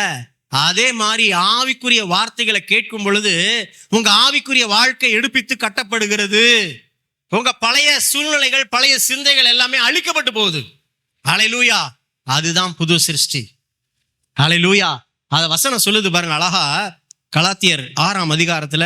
ஏன்னா தொட்ட வார்த்தை அப்படி கிருபை பத்தி பேசவும் என்னால முடிக்க முடியல, வசனம் போய்கிட்டே இருக்கு. 6:14 பாருங்க. நானும் நம்முடைய கர்த்தராகிய இயேசு கிறிஸ்துவின் சிலுவையை குறித்தே அல்லாமல் வேறொன்றையும் குறித்து மேன்மை பாராட்டாதிருப்பேன். இன்னைக்கு நீங்க மேன்மை பாராட்டணும்னா எதை குறிச்சு மேன்மை பாராட்டணும்னா, உங்க வாழ்க்கையில யாரோ வந்து ஒரு அற்புதத்தை செஞ்சாங்க, எனக்கு இதை செஞ்சு கொடுத்தாங்க, அதை செஞ்சு கொடுத்தாங்க, என் வாழ்க்கை அவங்களாலதான் இருக்கு, அவங்க தான் இன்னைக்கு எனக்கு எல்லாமே நீங்க சொல்லுவீங்கன்னா அது தவறு. ஏன்னா எவ்வளோ பெரிய இடத்துல, எந்த இடத்துல கிடந்த நம்மளை எந்த இடத்துல கொண்டு வந்து வச்சிருக்கிறாரே, அப்ப அந்த சிலுவையை குறித்ததான மேன்மை அல்லாம வேற மேன்மை நமக்கு இல்லவே இல்லை. ஹல்லேலூயா. அதை குறிச்சுதான் நீங்க மேன்மை பாராட்டணும். அவரால் உலகம் எனக்கு சிலுவையில் அறையுண்டிருக்கிறது. அவரால் உலகம் எனக்கு சிலுவையில் அறையப்பட்டிருக்கிறது, நானும் உலகத்திற்கு சிலுவையில் அறையப்பட்டிருக்கிறேன். ஹல்லேலூயா. இந்த உலகத்தினுடைய காரியம் உங்களுக்கு எதுவாக இருந்தாலும், ஆசாபாசங்கள் எதுவாக இருந்தாலும், நான் அதை சிலுவையில் அறைந்திருக்கிறேன். யாருக்காக? என் இயேசுவுக்காக. ஹல்லேலூயா. ஏன்னா அவருடைய ஆவி எனக்குள்ள இருக்கு, மாம்சத்தினுடைய கிரிகள் எனக்குள்ள கிடையாது. கலாத்தியர் 5:19 சொல்லப்பட்ட காரியம் எனக்குள்ள கிடையாது. கலாத்தியர் 5:22 சொல்லப்பட்டதான் எனக்குள்ள இருக்கு. நான் அதான் இருக்கிறேன்னு சொல்லி அந்த வார்த்தை சொல்லுகிறபடியாகவே நான் வாழ்றேன். இதுதான் கிருபை. கிறிஸ்து இயேசுக்குள் விருத்த சேதனமும் ஒன்றுமில்லை, விருத்த சேதனம் இல்லாமையும் ஒன்றுமில்லை, புது சிருஷ்டியே காரியம். இந்த பிரமாணங்களின்படி நடந்து வருகிறவர்கள் எவர்களோ அவர்களுக்கும் தேவனுடைய இஸ்ரவேலருக்கும் சமாதானமும் இரக்கமும் உண்டாயிருப்பதாக. ஆமென். ஹல்லேலூயா. பாருங்க, ஒரு வார்த்தை சொன்னாலும் என்ன மாதிரி வார்த்தை பாருங்க. இந்த பிரமாணத்தின்படி நடந்து வருகிறவர்களோ, எந்த பிரமாணம்? நீங்க யாரா இருக்கிறீங்கன்னு சொல்லி இந்த வார்த்தை சொல்லுதோ அந்த வண்ணமா யாரெல்லாம் நடக்கிறீங்களோ அவர்கள் மேல சமாதானமும் இரக்கமும் எப்பயுமே இருக்கும். ஹல்லேலூயா. அடுத்ததா சொல்ற, இனிமேல் ஒருவனும் எனக்கு வருத்தம் உண்டாக்காது இருப்பானாக. கர்த்தராகிய இயேசு கிறிஸ்துவனுடைய அச்ச அடையாளங்கள் நான் என் சரீரத்திலே தரித்து கொண்டிருக்கிறேன். ஹல்லேலூயா. அவருடைய அச்ச அடையாளங்கள்லாம் என்னங்க? அவர் மேல என்ன அடையாளம் இருக்கு? 5 அடையாளம். அவர் மேல எல்லா பாடுகள் எல்லாம் முடிஞ்சு போச்சுன்னு சொன்னார்ல, அந்த அடையாளம், நான் கிறிஸ்துவுக்காக மரித்தேன், அடக்கம் பண்ணப்பட்டேன், உயிர் தெழுப்பப்பட்டிருக்கிறேன். அவர் மேல என்ன அடையாளம் இருக்கோ அதே அடையாளம் தான் என் மேலையும் இருக்கு. ஹல்லேலூயா. அப்ப அந்த அச்ச அடையாளங்களை நான் பெற்றுக்கொண்டவனா இருக்கிறேன். சகோதரரே, நம்முடைய கர்த்தராகிய கிறிஸ்துவின் கிருபை உங்கள் ஆவியினுடைய கூட இருப்பதாக. ஆமென். ஹல்லேலூயா. இன்னைக்கு இந்த கேட்கப்பட்ட வார்த்தையை எத்தனை பேர் நோட்ஸ் எடுத்திருக்கிறீங்கன்னு தெரியாது. அப்படி எடுக்கலைன்னா இந்த வீடியோவை நீங்க திருப்பி திருப்பி போட்டு கேளுங்க. ஏன்னா இது உங்க வாழ்க்கையில எப்ப நிறைவேறுதோ அப்ப நீங்க பரிபூரணமா மாற்றப்பட்டிருக்கிறத நீங்க உணர்வீங்க. நீங்க யாரா இருக்கிற வெளிச்சம் உங்களுக்குள்ள வந்துருச்சுன்னா பிசாசு உங்க பக்கமே தலை வச்சு கூட படுக்க மாட்டான். Hallelujah. இந்த அம்மா கிட்ட போக முடியாது ஐயா, இந்த ஐயா கிட்ட போக முடியாது, அந்த ஆளு விரட்டுவான் என்னைய. ஏன்னா அவனுக்கு தெரியும் இந்த சைட்ல போக முடியாதுன்னு தெரியும். ஏன்னா தேவனுடைய ஆவியானவர் அவருடைய தூதர்கள் நமக்கு முன்பாக பாளையம் இறங்கி நம்மளை பாதுகாப்பார்கள். ஹல்லேலூயா. கிறிஸ்துனுடைய அச்சடையாளங்கள், கிறிஸ்து எனக்குள்ள இருக்கிறார், கிறிஸ்து என்னிடத்துல வெளிப்படுறாரு. பிசாசு எப்படி வர முடியும்? வர முடியாது. என்ன பார்க்கிறப்ப கிறிஸ்துவ தான் அவன் பார்ப்பான். நான் இந்த மேல போட்டதனுடைய அடையாளம் அதுதான், நான் இல்ல, அவருடைய அடையாளத்தை தான் அவன் பார்ப்பான். ஹல்லேலூயா. அப்ப கிறிஸ்து வெளிப்படும்படி நான் உள்ள அவருக்குள்ள மறைந்திருக்கும்படி நான் என்னை விட்டு கொடுத்துட்றேன். கொலைசியர் 3:3 என் வாழ்க்கைக்குள்ள நிறைவேறட்டும். இதுதான் மகா பெரிய கிருபை. அவரு நீ இல்லப்பா, நீ பயப்படாத, நீ எனக்குள்ள இருந்துக்க, நான் எல்லாத்தையும் பார்த்துக்கிறேன்னு சொல்லி நம்மளை உள்ளார வச்சுட்டு அவரு நடத்திக்கிட்டு இருக்கிறாருல்ல, அந்த காரியத்தை நீங்க உணர்வீங்கன்னா அதுக்கு பேர் தாங்க கிருபை. ஹல்லேலூயா. நம்மை அழைத்த தேவன் நம்மை முடிவு பரியந்தம் நடத்த அவர் உண்மையுள்ளவராய் இருக்கிறார். ஹல்லேலூயா. அப்படி எழுப்பி நிக்கலாமா பாஸ்டர்? தேங்க்ஸ்.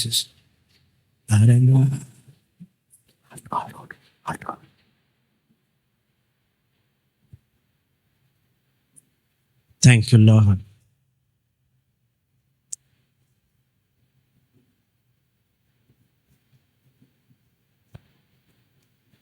கிறிஸ்துவுக்குள் என் ஜீவன் இணைந்து மறைந்துள்ளது. கிறிஸ்துவுக்குள் என் ஜீவன் இணைந்து மறைந்துள்ளது. இந்த ஒரு வாரத்தை அப்படியே கன்ஃபஸ் பண்ணுவோமா, அறிக்கை பண்ணுவோமா? சொல்லுங்களேன். கிறிஸ்துவுக்குள் என் ஜீவன் இணைந்து மறைந்துள்ளது. கிறிஸ்துவுக்குள் என் ஜீவன் இணைந்து மறைந்துள்ளது. நானல்ல, இயேசுவே என்னில் வாழ்கிறார். இனி நானல்ல, இயேசுவே என்னில் வாழ்கிறார். நானல்ல, இயேசுவே என்னில் வாழ்கிறார். நானல்ல, இயேசுக்குள் நான் வாழ்கிறேன். கிறிஸ்துவுக்குள் என் ஜீவன் இணைந்து மறைந்துள்ளது. பரிசுத்த ஆவியானவரே, நீங்க பேச சொன்ன வார்த்தைகளை நான் பேசிட்டேன்ப்பா. ஒவ்வொருத்தருக்குள்ள இந்த வார்த்தைகளை கிரியை செய்ய வைக்கிறவர், விளைய செய்கிற தேவன், நீர் பாய்ச்சுகிற தேவன் நீங்க தான்ப்பா. அவர்களுக்கு இந்த வார்த்தைகளை புரிய பண்ணுகிற தேவனும் நீங்க தான்ப்பா. உங்க பிள்ளைகளுக்கு நீங்க சொல்ல வேண்டிய விஷயங்களை நீங்க சொல்லிட்டீங்கன்றதை நான் நம்புறேன். நீங்க பேசியிருக்கிறீங்கப்பா, நான் நம்புறேன். இந்த வாயிலிருந்து புறப்படுகிற ஒரு வார்த்தையும் தரையில விழாது நான் நம்புறேன். இந்த வார்த்தைகளுக்கு உண்டான கிரியைகள், இந்த வார்த்தைக்குண்டான வெளிச்சம் ஒவ்வொருவருக்குள்ளும் பிரகாசமா இருக்கும்படி என் தேவனுடைய வெளிச்சம் இருளுக்குள்ளே கடந்து வரட்டும். அப்பா,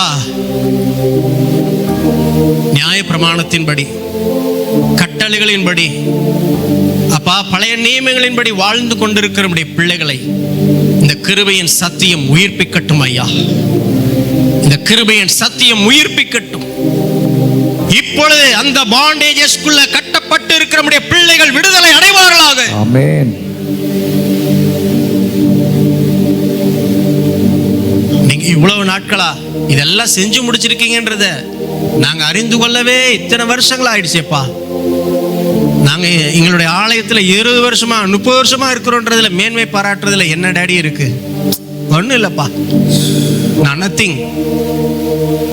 நாங்க இன்னும் அறியாம இருக்கிறோம்ப்பா. இன்னும் உங்க வெளிச்சங்களுக்கு வேணும்ப்பா. இன்னும் நாங்க கிட்டி சேரணும் டாடி. Yes daddy. உங்க அன்புக்குள்ள, உங்க பிரசன்னத்துக்குள்ளேயே நாங்க வாழ விரும்புறோம்ப்பா. Yes daddy. வேற எதுவும் வேண்டாம் டாடி. இந்த உலகத்துல நாங்க வெளியில போறப்ப எல்லா இடமும் பாவம் நிறைந்ததா இருக்கு டாடி. அந்த சூழலுக்கு மத்தியில நாங்க ஒரு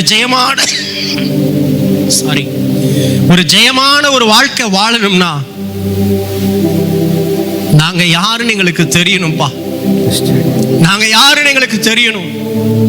இந்த வெளிச்சம் இந்த நேரத்தில் ஒவ்வொரு மேலும் இறங்கி வரட்டும்.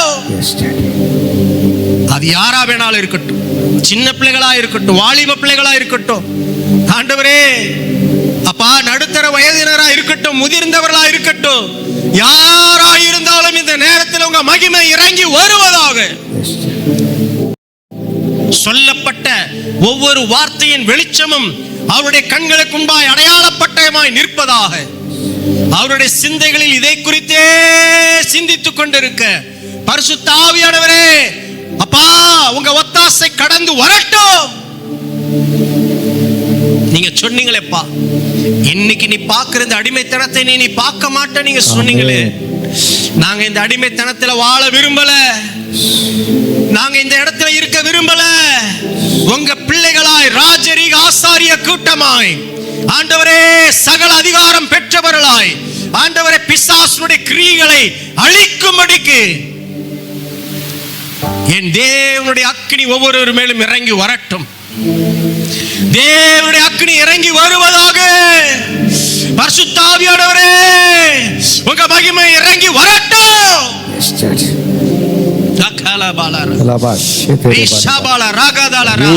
ஒரு சிலர் மேல தேவ அக்கினி இறங்கி கொண்டிருக்கிறது. ஒரு சிலர் மேல உச்சம் அந்த அக்கினி இறங்குகிறது. விட்டு கொடுங்க, விட்டு கொடுங்க, விட்டு கொடுங்க. விட்டு கொடுத்துருங்க. அப்பா, நான் எவ்வளவு முயற்சி பண்ணி பார்த்துட்டேன், என்னால முடியலப்பா. இனி நான் என் வாழ்க்கையை உங்க கருத்துல கொடுக்கிறேன், உங்க கருத்துல கொடுக்கிறேன். என் வாழ்க்கையை நீங்க டேக் ஓவர் பண்ணிக்கங்கப்பா. என் வாழ்க்கையை நீங்க டேக் ஓவர் பண்ணிக்கங்க. என்னால இது முடியல. யாரால நீங்க இப்படி சொல்லுவீர்களோ உங்களை தூக்கும்படியாய் அவருடைய கரமுகள் மத்தியில இறங்கி வருகிறது. கேட்கிற எவனும் பெற்றுக் கொள்ளுகிறான். நான் ஒரு சிலருடைய வாழ்க்கையை பார்க்கிறேன்.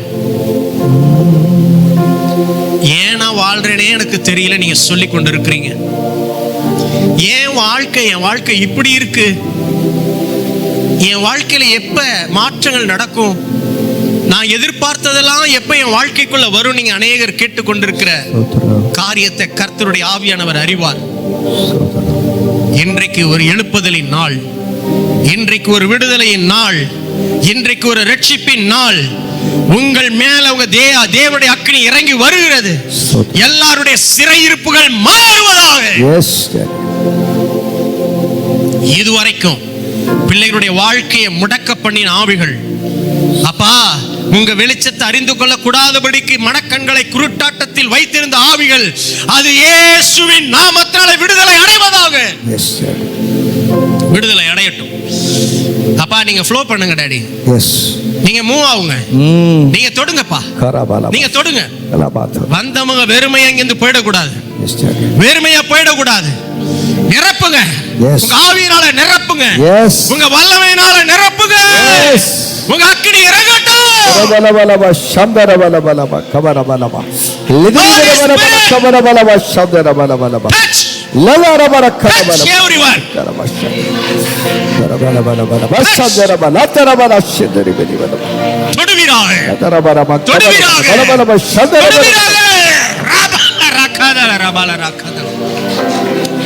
தொடுங்கப்பா, தொடுங்கப்பா. அப்பா, பிள்ளைகளுடைய பழைய வாழ்க்கை இருக்க கூடாது, பழைய வாழ்க்கை இருக்க கூடாது. இப்பவே புதிதாய் மாறட்டும். எல்லா கட்டுகள் உடைக்கப்படட்டும்.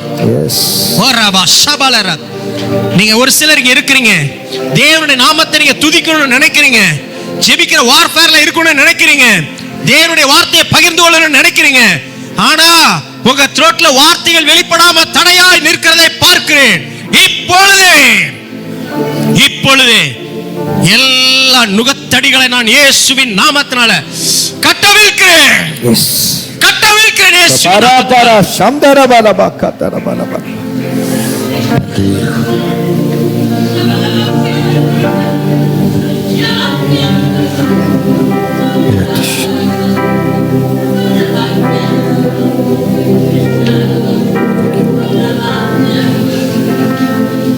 Thank you, Lord.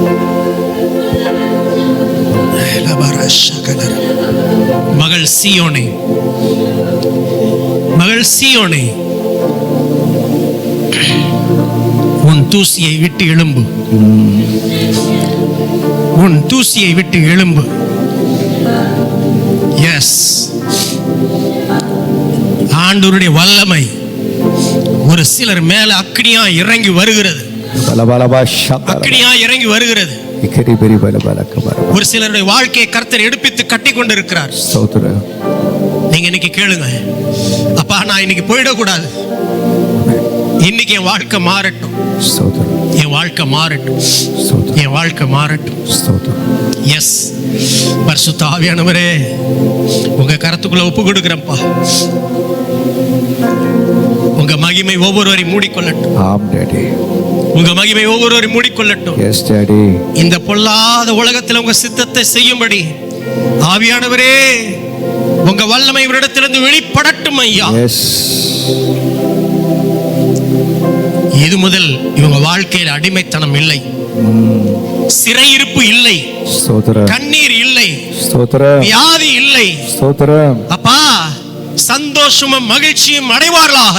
ஸ்தோத்திரம். கிருபை உண்டாகட்டும், எஸ் டாடி. கிருபை உண்டாகட்டும். ஆமென். புதிய காரியங்கள். எஸ், ஆண்டவர் சொல்றாரு, நீங்க முந்தினவைகளை நினைக்க வேண்டாம், பூர்வமானவைகளை சிந்திக்கவும் வேண்டாம், இதோ புதிய காரியத்தை நான் செய்கிறேன் என்று ஆவியானவர் சொல்லுகிறார். ஹல்லேலூயா, ஹல்லேலூயா. ஆண்டவர் சொல்ற காரியம் அநேகருடைய கண்ணீரின் வாழ்க்கை இன்னையோட முடியுதுன்னு சொல்லி சொல்றார். உன் கண்ணீருடைய வாழ்க்கை இன்றோடு முடிகிறது. ஸ்தோத்திரம். எஸ், நிறைய வீடுகளுக்குள்ள சமாதானம் இல்லாம சந்தோஷம் இல்லாம ஏண்டா நான் வீட்டுக்கு போறேன்னு நினைக்கிற அநேகர் உண்டு. இனி இந்த நிமிஷத்திலிருந்து உங்க வீடு மாறுகிறது, பரபலபா. உங்க வீடு சமாதான தாபரர் தங்கக்கூடிய இடமாய் மாறுகிறது. ஸ்தோத்திரம். இது என்றென்றைக்கும் நான் தங்கும் இடம், இதை விரும்பினபடினால் வாசம் பண்ணுவேன் என்று சொல்லி தேவனுடைய ஆவியானவர் இப்பொழுதே உங்க குடும்பங்களை டேக் ஓவர் பண்ணுகிறார்.